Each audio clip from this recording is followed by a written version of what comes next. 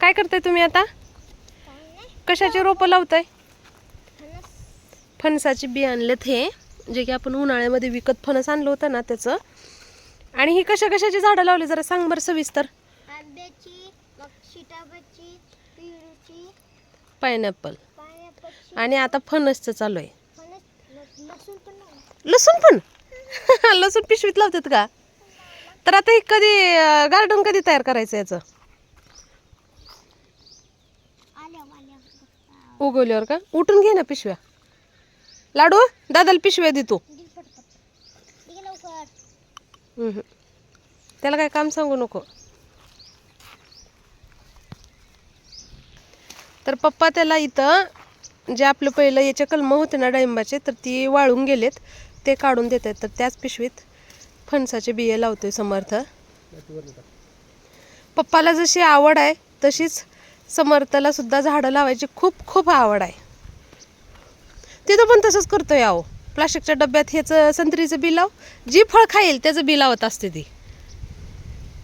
आपलं ॲपलचं झाड केवढं झालंय? काय झालंय उन्हानं का?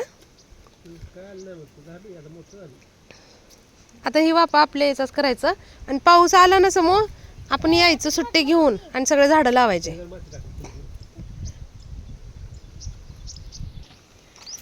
कोकण सारखंच करायचं पूर्ण. आता नारळ फणस सगळं घराच्या कडेने.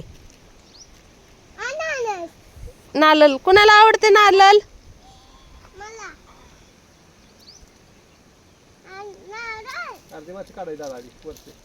किती झाडं लावले सगळं हे कर परत.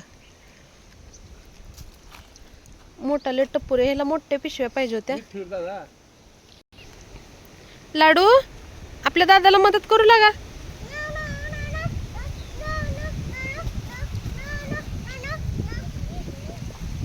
हा केशर आंबा, सीताफळ, परत ते पेरू आणि तिकडं पायनॅपल आहे. म्हणजे हे आम्ही सगळं घरी खाल्लेले फळ आहेत बरं का. त्याचं ही बी वगैरे लावतोय. पायनॅपल काय लावलंय त्याच्यात? लसूण.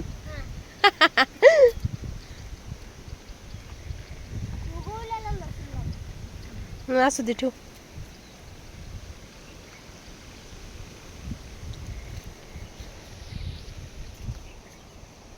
खाजलं का? गोचिड बसला का?